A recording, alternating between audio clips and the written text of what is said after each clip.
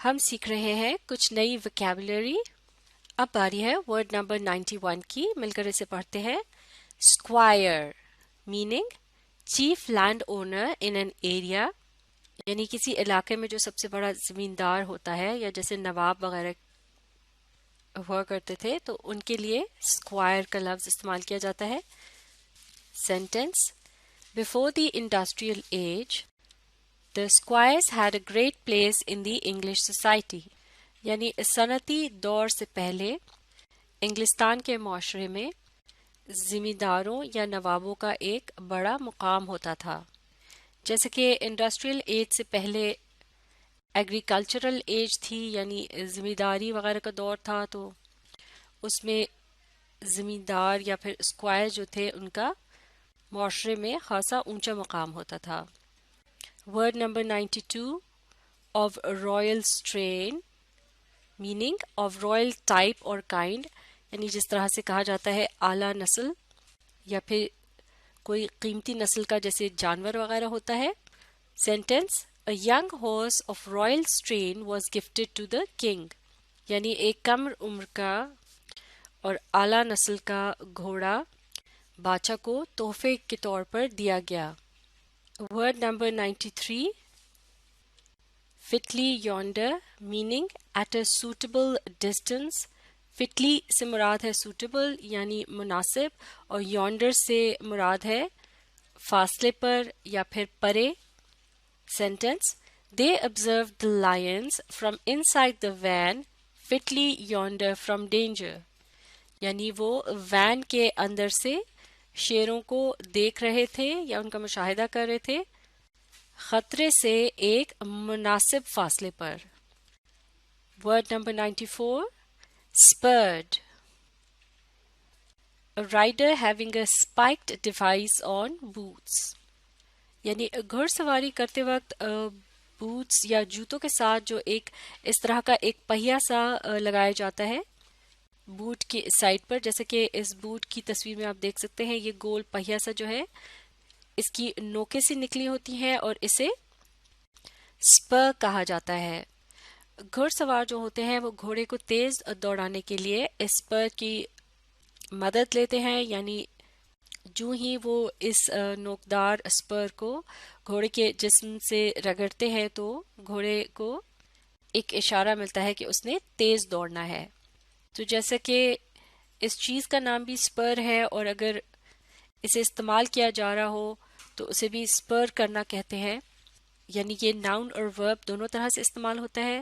تو اب جملے میں اس کا استعمال دیکھتے ہیں ایک ورب کے طور پر. He spurred his horse and rode away in great speed. Urdu میں اسپرٹ کے لیے ایڑ لگانے کا لفظ بھی استعمال ہوتا ہے، جیسے کہ ایڑی لگانا. یعنی اس تصویر سے آپ دیکھ سکتے ہیں کہ یہ جو آلہ سا ہے اسپرٹ جو ہے یہ ایڑی کے ساتھ بندھا ہوتا ہے. تو اس جملے میں یہ کہا جا رہا ہے کہ گھڑ سوار نے اپنے گھوڑے کو ایڑ لگائی اور بڑی تیزی کے ساتھ آگے نکل گیا. Word number 95 solace meaning comfort in times of sadness. یعنی غم کی حالت میں سکون پانے کی جو کیفیت ہے اسے solace کہا جاتا ہے. Sentence: I always find solace in prayer. یعنی مجھے ہمیشہ عبادت میں سکون ملتا ہے. Word number 96 lance meaning a long pole with a steel head used by riders or soldiers. یعنی گھڑ سوار جو ہوتے ہیں یا پھر جو سپاہی ہوتے ہیں وہ یہ ایک قسم کا ہتھیار ہے جس کا وہ استعمال کرتے ہیں یا اپنے ساتھ رکھتے ہیں. یہ ایک لمبے سے ڈنڈے کی مانند ہوتا ہے، لکڑی کے کا ڈنڈا ہوتا ہے یہ، اور پھر اس کے ایک سرے پر اس طرح سے لوہے کا نوکدار ٹکڑا سا لگا ہوتا ہے. یعنی یہ ایک طرح سے کہہ سکتے ہیں کہ نیزے کی ایک قسم ہوتی ہے.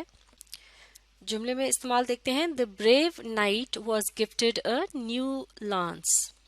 یعنی بہادر سپاہی کو ایک نیا نیزہ تحفے میں دیا گیا.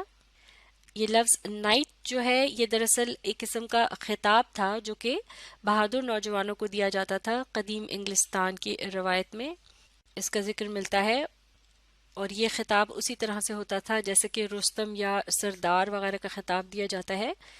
تو یہ بہادر نوجوان جو ہوتے تھے یہ اکثر گھوڑے پر سوار ہو کر اور لوہے کا لباس انہوں نے پہن رکھا ہوتا تھا، اور اسی طرح سے یہ جو لانس ہے انہوں نے ہاتھ میں تھام رکھا ہوتا تھا، اور یہ پھر مشکل قسم کے جو مختلف مارکے ہیں ان پر جایا کرتے تھے یا پھر لوگوں کی مدد کیا کرتے تھے، تو اس کے صلے میں انہیں یہ نائٹ کا خطاب دیا جاتا تھا۔ ورڈ نمبر 97، کاسک میننگ اے ہیلمٹ۔ یہ ایک قسم کا لوہے کا یا پلاسٹک کا ایک ہیٹ سا ہوتا ہے جسے خاص طور پہ مزدور وغیرہ جو ہوتے ہیں وہ کام کے دوران اپنی حفاظت کے لیے پہنتے ہیں۔ Sentence, it is necessary for labourers to wear their casks when they are in the field۔ معاف کیجیے گا، when they are in the field، یعنی مزدوروں کے لیے یہ بہت ضروری ہے کہ وہ اپنے ہیلمٹس کو اس وقت پہن کر رکھیں جب وہ اپنے کام پر ہوں۔ Word number 98، weary meaning feeling extreme tiredness, یعنی بہت زیادہ تکان یا تھکاوٹ محسوس کرنا۔ Sentence, some good food and a warm bed to sleep in is all a traveler desires at the end of a weary journey۔ یعنی کچھ اچھا کھانا اور سونے کے لیے گرم بستر، یہی سب کچھ ہے جو ایک مسافر اس کی خواہش کر سکتا ہے ایک بہت زیادہ تھکا دینے والے سفر کے آخر میں، اختتام پر۔ Word number 99، amassing wealth meaning gathering wealth یعنی دولت جمع کرنا۔